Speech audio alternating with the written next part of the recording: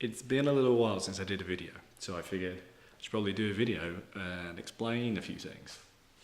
So, last video I did was just before Orlando, and we had the two fights in Orlando. The one fight where a wheel jammed and exploded a rage bridge. I took the wheel apart to Loctite all of the nuts and bolts and stuff, and I clearly just didn't do that one up enough. And we had to fight against Mammoth, and we got stuck inside it, and for some reason two of the controllers, the MGM controllers, went into shutdown, which meant that obviously it was only on the back wheels. It could still move, wasn't moving as freely as it would normally do, but I was exactly where I wanted to be. I said to them at the beginning, I want to get inside you and the robot. But yeah, since then I've been doing something a little crazy that nobody seems to have done, and I have been winding my own motors. Let me show you why I've been winding my own motors. These are one of the motors from Foxik. It's a 6374 motor, and it's burnt out. It's dead. They get really hot, and it's fixable.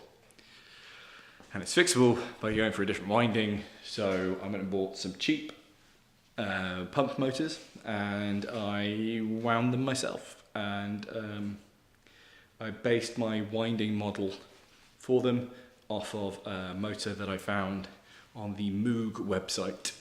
So I saw that, I was like, that's what I want, so I'm gonna do that. Otherwise, Foxik is basically done.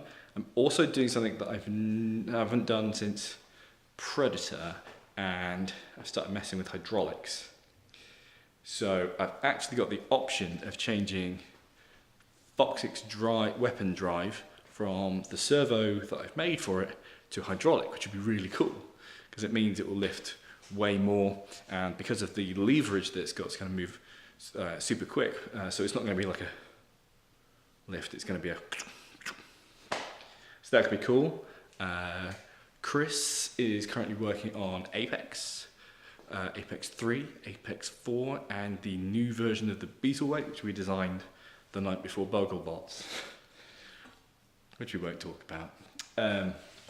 Apex 3 is having an all-new drive setup put in, which was supposed to go in October, but Chris's work kind of picked up and it kind of got forgotten about, or rather put to one side. But it is now in, and that is working, and finally getting through to Apex 4. Apex 4 is finally getting done.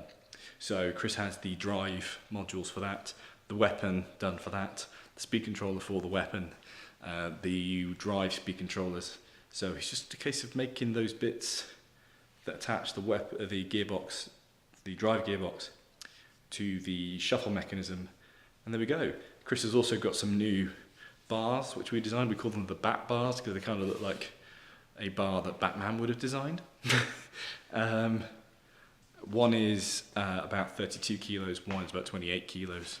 The difference in weight is down to the thickness, and the reason we have different thicknesses is for different opponents. So the hope is that Apex Mark III is going to be working perfectly for the Portsmouth event in March, I think. Make sure you go to it.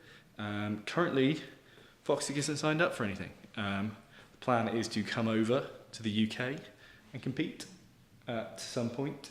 And there'll be a couple of little things that will happen over here that we'll do.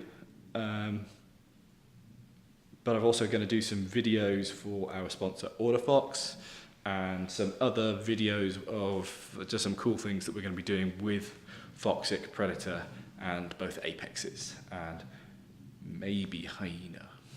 But that will be a brand new Hyena rather than the one that we actually made. But yeah, I just wanted to give you an update, a check-in.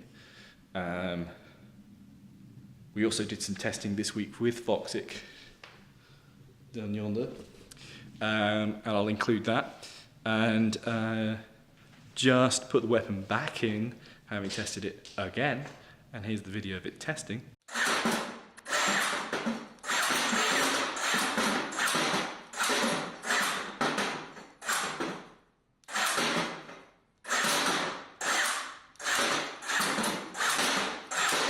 It does work.